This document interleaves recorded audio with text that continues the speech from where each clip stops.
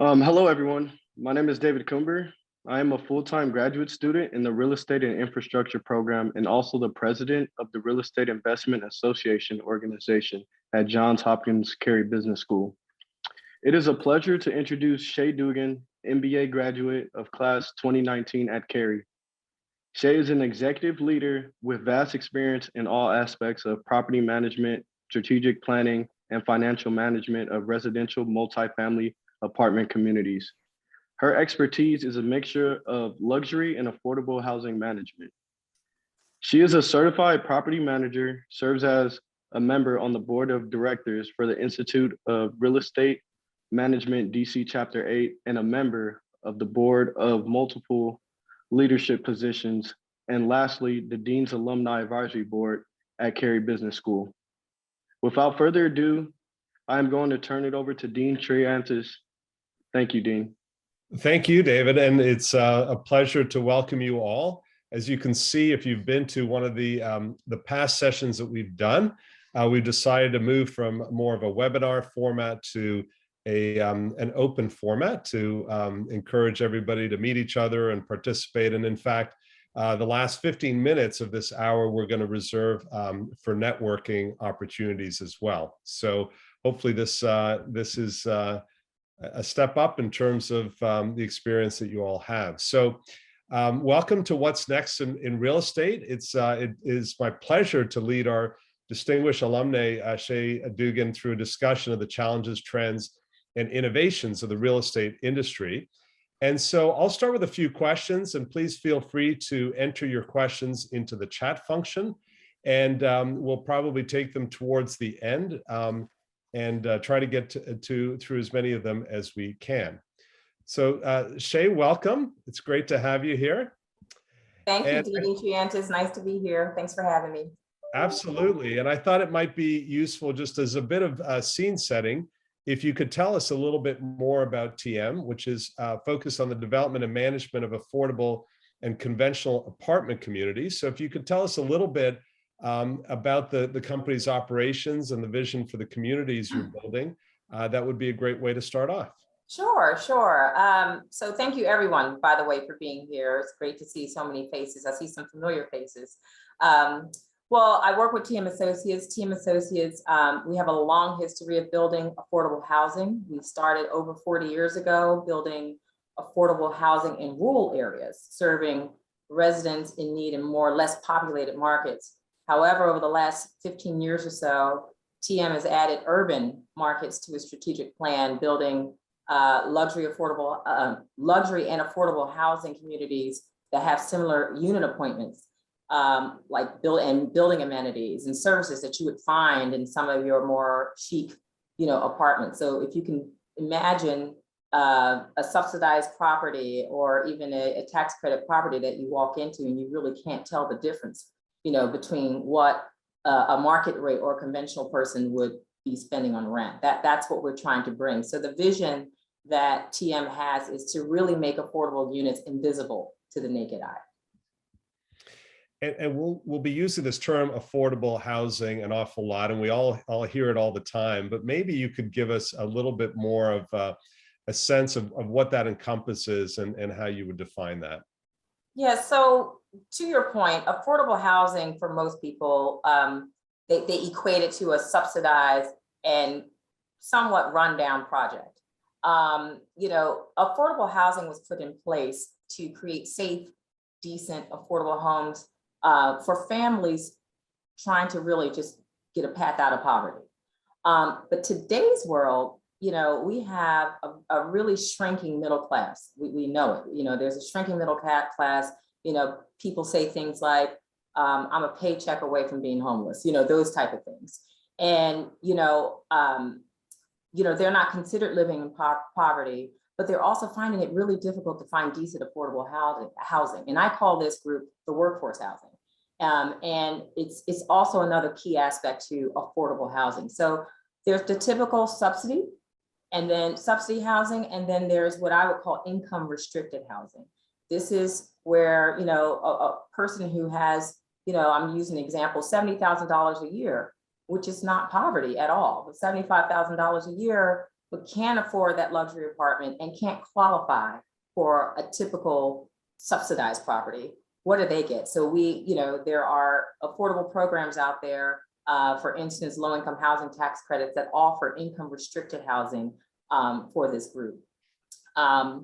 And so, yeah, that's basically, the purpose and what affordable housing is all about. Great, I appreciate that, Shay. And so let's we'll come back to that, I'm sure, but let us talk a little bit about the question that everybody talks about in real estate markets these days is the impact of COVID on increased remote working, teleworking. And so I'm particularly interested from your perspective with your expertise in the apartment market. What are you seeing as the trends already and what you expect in the next few years in terms of people looking for more space, less space, different types of space, different amenities, different locations, although we'll talk about locations maybe separately. So where do you see the market being disrupted and moving towards? Well, I'll use my company, for example. I mean, a lot of companies experienced some sort of challenge during COVID, and especially had to immediately go to teleworking at most properties. Our corporate office experienced challenges with that. And what we did was started out a alternate schedule. So we had like an A and B schedule, and we still use it to this day, where half of the office would come in on Mondays and Wednesdays, and the other half would come in Tuesday and Thursday, and then everyone works remotely on Friday. What's interesting is we were just speaking, because of our growth trajectory, we were just talking in 2019 about what do we do about the corporate office? We're growing out of our space. We're going to need to look we still have 4 years left on the lease. What are we going to do? Well, the opportunity, if you will, that COVID, the pandemic, provided to us was to really not need to look for that kind of space because of the hybrid situation we've created. We can do some hoteling in some offices and things of that sort. So we were able to still grow and maybe add staff, but not necessarily need more space. I know that's not great for my commercial folks out there, but that's how we, we were able to see not just a challenge, but the opportunities with the pandemic. Now, the other side of it is where, I lead the property management. Nothing really changed on that end. The people still had to go to work because, you have hundreds of people living in an apartment building. You can't necessarily manage a building remotely. So that didn't necessarily change, but the challenges that came along with the pandemic had to do with our team member safety, as well as still providing a welcoming environment and a resident experience. It is very challenging. I'll use an example, and they'll kill me if they know I'm not going to say names, but there's a building I have where there's more and more residents working from home, and now they don't like each other. Residents don't like each other, or, oh, they're making too much noise, I'm trying to work, or the kid is running. All of these things that didn't exist because people were out, in the offices. And so the level of complaints, if you will, has increased, and the level of resident experience that they expect has increased. So that's some of the challenges that we are facing. And lastly, the opportunities for the apartment industry, especially the affordable industry, that the pandemic has actually brought is the use of technology. For years, and I have no idea, and those of you who may be working with some of the agencies, I'm sorry, but I'm going to have to say it. Government agencies were not allowing us to use digital signatures forever. And so there was always wet signatures. And if anyone knows anything about affordable housing, there's tons of paperwork in order to even move someone in. So during the pandemic, the government lifted that restriction and said, yes, you can have digital signatures. So now we are able to process applications faster, even use online leasing platforms to help us, with the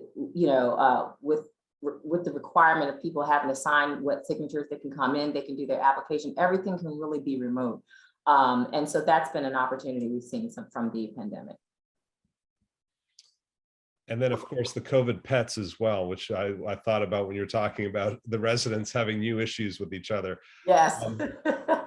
So in terms of sort of the amenities and what people are going to be looking for, what they're already looking for as they're working more from home, are you planning in different ways in terms of configurations and so on? Not really. What's interesting is long are the days where you had a stationary computer with a tower and you had to have your desk or a little nook where, you had your computer. With laptops and tablets nowadays, you literally can work anywhere in your bedroom and, on the kitchen counters. And most of the apartment communities built as of late have that, kitchen counter or island area, and things of that sort.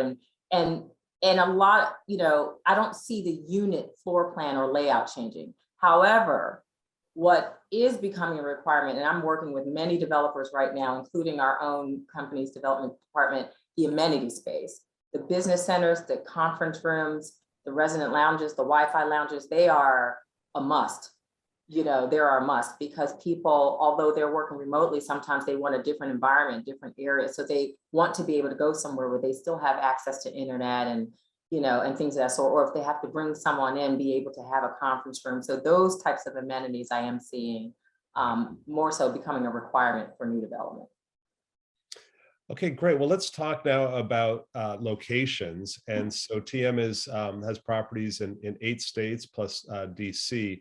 So I'm curious sort of what factors you consider when you're selecting apartment communities.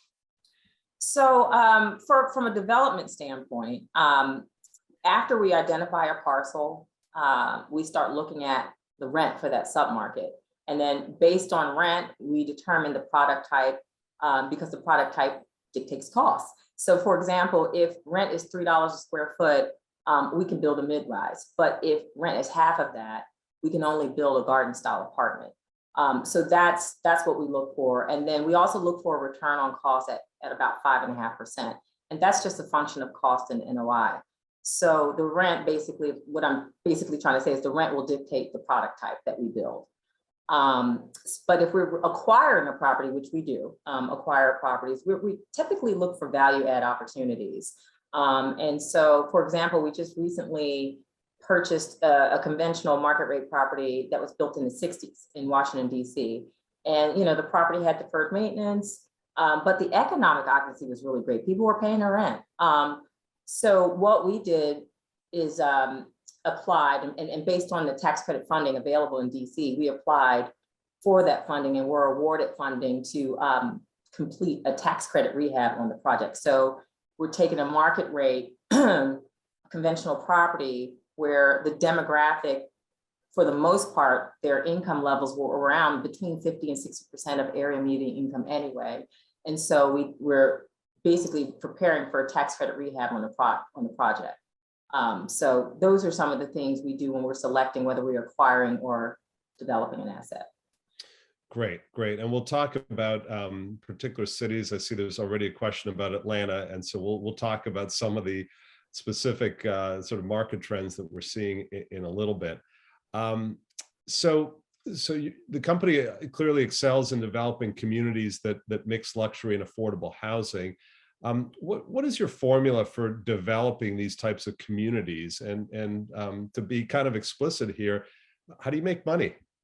So actually, TM, we build affordable housing projects only. But the management side, we work with other third-party developers because we also serve third parties, developers who build luxury and affordable projects. So we've actually, worked with them from the beginning of their development, from inception through the lease up. And what we find with these mixed income properties is they're usually market rate and tax credit, usually. And so the most popular is the use of tax exempt bonds that require the developer to set aside 20% of the units for residents earning up to about 50% of area median income, while the other 80% is market rate. So that's where what we would call the 80-20 deal. And the mixed income approach offers a possible solution for the market rate developers who's out there looking for capital. Right now it's really hard to attract construction capital for normal deals. You know, the borrower scrutiny is just really difficult at this time. But sometimes, you know, serving a public purpose like affordable housing, even just 20% of it makes those banks think twice, and they become more attractive.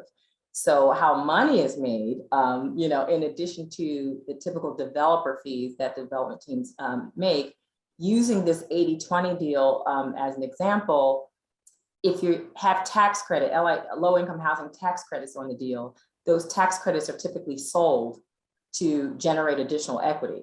And then in some cases also, the development company may hold the credits or hold a portion of the credits to offset their own tax liability. So aside from your normal rentals, you know, rent money that you make, and developer fees is usually involving with the tax credits.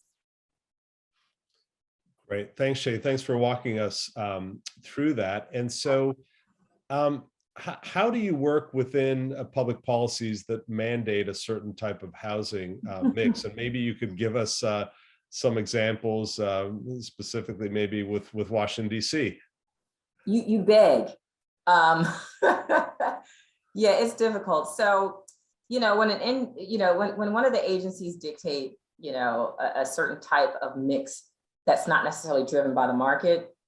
For example, like if they ask you to build an affordable product, but the land cost, especially in DC, you know, the land cost is so high, and maybe the product to build it, what they're asking for is just expensive, you have to request a subsidy. You know, you have to request a subsidy. Aside from getting subsidies, the deal just won't pencil, just won't work. So you can show them the economics of the deal and say we can accommodate, but the public sector just has to fund the gap to make these policies work. You know, in DC, Mayor Bowser implemented an aggressive goal to create about 36,000 new housing units, of which 12,000 of them are supposed to be affordable by 2025. We're talking 3 years from now. And, you know, with this bought different programs like inclusionary zoning, and that's what a lot of our developers, even the market rate developers, are using to develop some of these properties where they have the 80-20 deal, what I was saying earlier, you know, mixed income with market rate and 20% affordable. Not all of them are tax credit. Some of them are strictly just inclusionary zoning program, which, you know, doesn't necessarily require a subsidy or, you know, going through low income housing tax credits, but there is, you know, compliance documentation that goes with it to ensure that we are keeping 20% of the deal affordable for residents. So similar to my earlier statement about 80-20, the mandates and the public policies can be advantageous to developers who are seeking construction capital. And we actually have a question that I think that would fit in well now with this policy discussion, which is an interesting question about sort of, you've touched on a little bit about, you know, policies that you know, mandate or encourage affordability, yet other policies that may, you know, limit supply and increase costs as well. So this is from Professor Luis Quintero. He says, I always think about housing affordability being affected by policy from two contrasting angles. On one end, affordability policies like the LHTC program increases supply and affordability. On the other hand, regulation that limits supply, like zoning, makes housing more expensive. And so he's wondering, do you see policy intervention on the net as hurting or helping developers interested in producing affordable housing? It is, I don't like to say hurting, but it is very challenging. You're right, Professor. So it is very challenging. You know, it's the example I just used where things are, you know, where maybe the land cost is too high, and to build this product that you want to build and you want to, you know, participate in the program that, you know, city officials are trying to put out there, it just can't work. So it's almost like a partnership. We have to go back and say there has to be some sort of subsidy. There has to be some sort of subsidy, a give and take, some sort of subsidy to help us fill that gap. So yeah, there can be competing, you know, there can be some very challenging things for developers where some things just don't pencil. I've worked with a few developers over the last 2 years who've tried, even brought in nonprofit developers to try to, you know, figure out what we can do. And it's just very, very challenging. So there's no one answer to your question other than to say, you're correct. It's a challenge. We just have to find a way to get more subsidy to support those kind of deals. Yeah. Well, good. Thanks. We might follow up with that again later, but We were talking a little bit about cost of housing, and of course, these days we're hearing a lot about inflation, in particular in the real estate sector. And obviously, there are many families in the workforce that are priced out of housing. So, what is, from your perspective, what is being done around the country to address this issue? Yeah, that's a real challenge. And it's been a challenge that's been on the top of a lot of the, our industry related organizations' minds for years. For those that need to really understand what workforce housing is, it's naturally occurring affordable housing. So you have your true affordable subsidized, housing, and then you have your market rate. And there's people who are pushed out and are left in the middle who cannot afford your typical conventional market rate. A lot of this happens because there's a lot of, and we're guilty of it, developers or investors purchasing properties for value add. So you'll buy a B, what I consider a B property, and you'll add value to it and raise the rents and maybe make it an A- property. And now you've priced out that demographic who was used to living there at a certain price point. But that demographic can't necessarily, they make too much money or whatever to be in an income restricted property or even a subsidized property. So again, I can just repeat the fact that this is not the solution, but it's a move in the right direction. Things like those 80-20 deals that I just mentioned, how you have market rate with 20% affordability. It doesn't necessarily, remember, have to have a tax credit associated with it. Montgomery County, Maryland offers ADUs, affordable dwelling units. That is just an income restriction that's not necessarily associated with a governing entity like the IRS or things of that sort, but it's an affordable. There are some LIHTC deals that offer income averaging. So the most popular set aside and in tax credit housing is 60% of AMI, 60% of area median income. That's the most popular.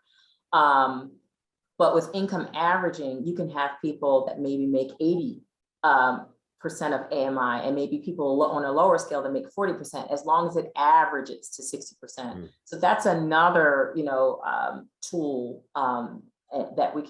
that's been, done around the country now to try to increase affordability even for workforce housing. Right. Good. Well, what are there any other shifts happening in the market, either multifamily or single family? And I'm curious sort of how these shifts might impact financing opportunities moving forward. What we've seen as of late, the last few years, and it's continuing even after the pandemic, more developers, including us, TM, are building in the suburbs. There's a lot of demand for larger units and outdoor common area space, and rent growth is really strong in the suburban markets. That's really, in the affordable housing space, I don't see an impact on financing opportunities for multifamily affordable housing. We're kind of lucky there, on the affordable housing side. Again, in the market rate side, there are challenges to capital, just with the stringent, scrutiny that's being done by financiers all over the place. But, I don't really see a negative shift. Now, the cities, we're still building in a city, don't get me wrong, but a lot more of our new developments are in the suburbs, right outside, for example, right outside of DC. We just built 3 and we're working on our 4th in Loudoun County, Virginia. So as far as single family homes, what's interesting, I see a shift in to be built for rent. So, and that's going to mess a little bit with the single family rentals of just individual owners like myself. If I went and bought a home and wanted to rent it out, this business is really exploding right now. The single family built to rent, and as far as financing, I don't see anything really challenging with the financing, because I think mortgage rates are going to really, they might increase a little bit, but pretty much stay historically low. So I don't really see, that as far as single family homes, but the rental of single family homes is booming. And I think it's because people want the large home and a large unit, but they don't want to commit to a 30-year mortgage, or even commit to a longer term stay. They just want more space. So yeah, that's what I think with the shifts that I see in the future. Interesting. Well, I was going to ask you about, large cities in particular. And so I think you started to address that in terms of sort of within the cities or outside of the boundaries, the strict boundaries of the cities. We did have one question earlier on that I might be a good time to pull it out now, which is, what explains the boom in new residential construction or flips in some major cities like Atlanta? And how long is this expected to continue? Where are the people who are expected to live in these units coming from? Is it in terms of demographics and geography and so on? That's from Riyadh Mohammed. So actually what we're seeing, and I'm not an Atlanta expert, but we definitely talk about major cities, when we're looking at different things in the trends for most cities. And right around, the end of 2019, and especially as COVID hit, you kind of saw this mass exodus, of people working remote so they can move, where they want to move, and they want a more serene atmosphere. They don't want the hustle and bustle of the city. But what we're seeing now are people like a mad rush back to the city. And I think that's probably has something to do with companies, not necessarily requiring, but asking people to come back into the office for better collaboration, all those kind of things. And it's probably going to do something like TM's doing on a hybrid situation. I don't think anything's going to be normal the way it was before, but, I do see, people coming back into the cities. The rental market is booming, it really is.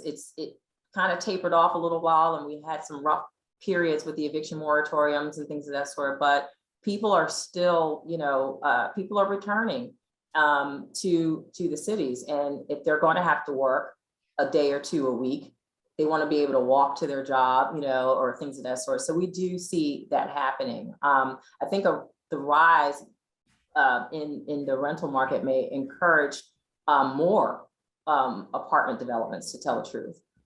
So that's probably, Riyadh, what you're seeing in Atlanta, if it's just more of a demand for people to be in major cities. And you're still bullish about DC and Baltimore? I am. I mean,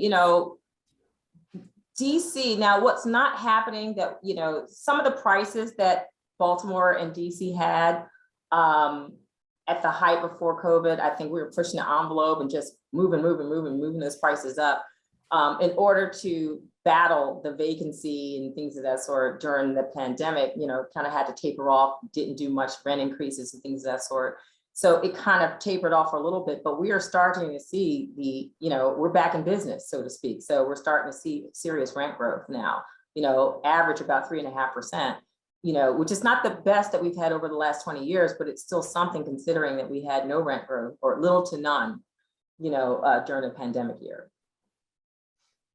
Well, let me just in terms of DC, Heather Reichart asks, are there DC area jurisdictions that are more difficult to develop affordable housing? We have developments, we manage developments in just about every ward. So I would say no. There are some more attractive ones if based on what I said earlier about the inclusionary zoning, they're making it where they're offering, great soft, soft debt and things of that sort, but not necessarily an area that you can't. Now, let me say this. You're not going to find the brand new constructed affordable building or something like that next to the White House, but, there's still different, they're not all in one area, if you will. You're not going to have all the affordable housing in Ward 7 and 8. We have them in just about every ward in DC. Great. A couple other questions regarding, in particular, sort of any sort of migration that you're seeing. So I'm curious, two questions, I guess. One is any trends towards secondary and tertiary cities due to changes in lifestyle and affordability. And Luis also asks, about your comment about the fact that construction is happening more on sort of the suburban areas of the cities. And curious, do you still see a premium on housing close to transit? Or is there, has the pandemic made us too scared of sharing a subway? Not to mention performance of subway systems in certain cities. That's me. That is a great question. And, developments are things that start way in advance. So we're talking about, we're not sitting here from the pandemic and figuring out what we're going to build in a year. Developments start 5 years. So I think there's still a premium to have developments near transit. We're a very positive country, and we believe that, COVID is eventually we're eventually going to find, a way to kind of put a cap on COVID and move through it like we did with the flu. So yeah, I do still think that there is a premium. When I mentioned that there's more development going out into the suburbs, that's strictly because of the cost. It has nothing to do with, it's strictly because it might be cheaper, and we see steady rent growth in the suburban markets. But there's still, you look around DC and even Baltimore, you see cranes, especially in DC, you see cranes everywhere. So there's still building going on in DC. Absolutely. And I'm sorry, Dean, there was another question. You went to Louise's. Just about secondary and tertiary cities. Okay. So what's interesting is, and my parents are part of it, they're going into the city. My parents are like, I'm done with driving, everywhere. I want to be able to walk. And what we're seeing is the millennial generation, they're starting to age into the home buying years now. So the millennials, as they mature, they're looking to move to areas with, a better quality of life, maybe good schools, all the things that we've looked for growing up, trying to, lower living costs, everything. And the suburbs are pretty much where the attraction lies. And you'll notice that there's a lot more master plan communities in the suburbs now, because they realize that people lived in the cities because they had easy access, walkability to, Starbucks and all these different places. And so you'll notice that in a lot of the communities, even that we're building or we're part of, have these master plan communities with retail and, stores and everything right there. So it gives people that lifestyle that they're looking for, a little bit of that city life in the suburbs. And so, yeah, with the millennials, we do see, a shift because of lifestyle. But I don't know what you call my age. I'm 50 and older. We're kind of like, we're done driving 20 minutes to Giant. Like, kind of want to move into the city. So we're seeing that shift as well. And have somebody do the driving to Giant and back to our place. Right. Absolutely. We have one more, another question from Synthorn about how practical is affordable housing and relieving the homeless population in the USA? And do you think the current administration or administrations at large perhaps have done enough in terms of subsidizing and policies to help expand affordable housing? And what else do you think needs to be done in order to attract more public attention? That's a great question. And yes, there's things being done right now. So I'm actually working on 3 developments right now. So, Washington, DC, because I can speak about DC and Baltimore, but Washington, DC specifically, most of the newer, not all, but most of the newer affordable developments, ours included, are requiring a certain percentage of permanent supportive housing. And permanent supportive housing is a program that supports the homeless or, the homeless or nearly homeless individuals. And it includes things like, counselors that work with them to try to get them back on their feet, get them employed, those type of things. So we've built a property, MBL Flats. It's in Southwest DC, right across from the Audi soccer field and 1 block from the Washington Nationals. So we're the first high-rise affordable development in that area. If you've driven down there, it's a bunch of nice luxury condos and things on the waterfront. So we're the first, and there's other affordable projects coming online from some other developers I know. But you know, those types of things. I'm sorry, I lost my train of thought, but you know, we're building those things, and those types of things are what I think people need in those markets to be able to get certain places. I hope I'm answering the question, because I just lost my train of thought of, oh, he said something about permanent supportive housing. So yeah, the permanent supportive housing functionality works through Department of Health and Health Services, DHS, to work with people. And then the housing authorities have a voucher program, a subsidized voucher program that actually pays for them to have rent. So they're getting supported from a financial standpoint, from housing and vouchers, and they're also being supported from a counseling aspect to help them get through, hopefully gain employment and things of that sort. So yes, that's not the best thing we can do, but at least it's a step in the right direction to try to solve this homeless. One more thing I'll say, and I was very impressed by a seminar I went to. There are, in San Francisco, there are doctors who've gotten together. There's a huge homeless issue in San Francisco, and there's doctors and hospitals that got together because they're the ones that see these homeless come in, you know, whether they're sick, you know, get diseases or even die.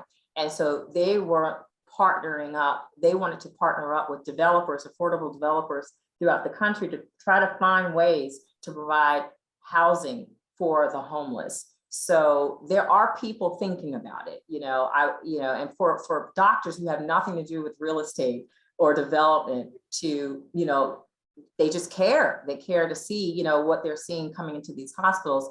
I think that's a wonderful partnership, and I'm excited to see where that goes, and possibly see if that program works, to see it really go throughout the country.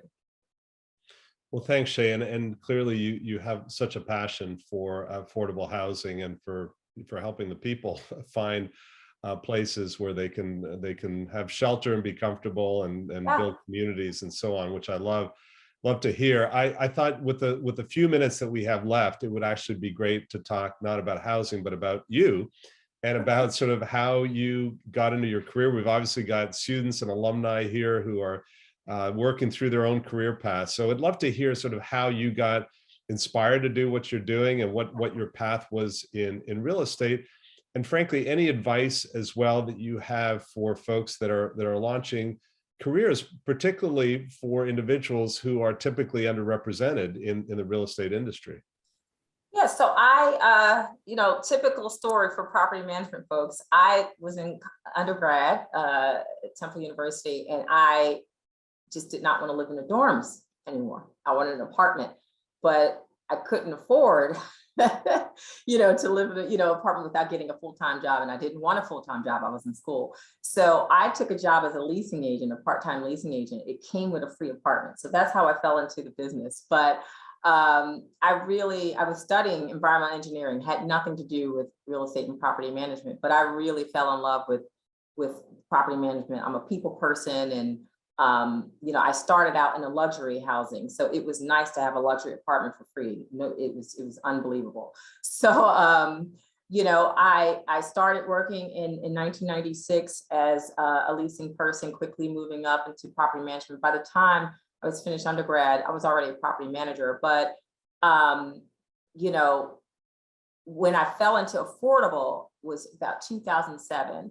And that was because the luxury developer I was working for out of New York, we were building a ton of master plan communities, condos, apartments, luxury in Hoboken, New Jersey. And part of public policy and a mandate to our developer was to build a tax credit building. And so the president of the company looked at me and said, "Shay, go get your tax credit certification." And I said, "What is that? What is that?" But that was my introduction into affordable housing. And, you know, then after that, some more deeper, affordable, subsidized HUD properties and things of that sort. And 26 years later, I still love what I do. I still love the industry. And it's just been exciting. As far as career opportunities, especially for women and I would say the other underrepresented groups, I really do see great promise, but there's still work to be done. You know, DE&I is a major focus of TM. You know, we've made great efforts to over the past few years to change the landscape of what existed before. And what it's allowed is for us to attract new, diverse talent, that helps us, increase our creativity and our innovation. And I always say creativity and innovation equals positive dollars, good company performance. So when I talk about our industry, and for those of you that are in the grad program, whether it's the MBA or your master's in real estate, in our industry, the positions I see really out there booming and a lot, and that's needed, is real estate developers, development managers, and asset managers, honestly. And I think, as I said earlier, I think the trend is there's going to be a lot of opportunity for newer developments and for housing. There's going to be a need for asset managers to manage and I'm not saying property managers, I'm saying asset managers to really manage those assets from a financial standpoint, and real estate developers for sure. Where I see a struggle with diversity is in senior and executive levels. That's still where I see some challenges. And, again, I said there's work to be done. That's the work that we're working on, trying to make sure that women and minorities and underrepresented groups have an opportunity to break through that ceiling. And I'm saying this with all sincerity. Dean Triantis knows me. Completing my MBA degree at Carey honestly made the difference in my ability to move into the C-suite. I have had, as I said, 26 years experience. My counterparts who were already in the C-suite or senior executive levels, we had the same type of experience, same education. I just couldn't understand it, And so it wasn't promised to me that if I got my MBA, I would I would move into it. But I knew that I wanted to make it so difficult for people not to have an excuse to get me into that role. So I will tell you, stick to what you're doing, stick to what you're doing, finish that program, and don't give them an excuse to say that you don't have the qualifications. For those of you that are interested maybe in my field, property management, it tends to be a little challenging because it's an experience-driven type of field. I would say that the market rate side of things may be a little easier to morph into because there's no regulatory, compliance, information you have to deal with. It's strictly marketing, which we learn at Carey, and business sense and things of that sort. So being able to maybe participate in a management training program, or even being willing to start, at a site level, but quickly grow through, is a way to get into property management. But I've included my LinkedIn, or at least I think Liz did, included my LinkedIn, or she will include my LinkedIn link on the chat box if any of you, are interested in learning more about the property management industry. I'm not as helpful on the development outside of my company, but I do have a lot of relationships with developers. I recently, introduced someone I didn't know. They reached out to me on LinkedIn, and we had a 30-minute conversation, and I was like, oh, this guy's great. And I introduced him to 2 developers that I knew, and he was crossing fingers that he was able to make something work for him. So, but I definitely wish you all luck, those of you who are in the program. And, I'm part of the Dean Advisory Board, where we're excited about opportunities and what we can do to partner. I want my company to partner with the Career Development Division to see what we can do as far as any employment opportunities for the Hopkins students. So thank you. Thanks, Shay. What a great way to end this segment of tonight. Thank you for being generous and adding your LinkedIn there. Yeah, and of course, you get the special points for the shout out for Carey Masters and the impact it's had on your it's all true. No one paid me to say it, I promise. We did not. So thank you so much. And I hope you'll stay a little bit longer with us, but I wanted to sort of formally, I hope nobody sign off quite yet. I just wanted to formally thank you again and sort of close out the this fireside chat part of the program. We will have our next one, What's Next in Real Estate, on February 23rd. And our guest will be Julia Stevenson, who I believe is with us this evening, who's the Strategic Investments Originator for Local Initiative Support Corporation. So we really look forward to hearing from Julia as well. And, again, thank you all for being here. I'm going to turn it over to Liz to kind of set us up for networking for the next 15 minutes or so.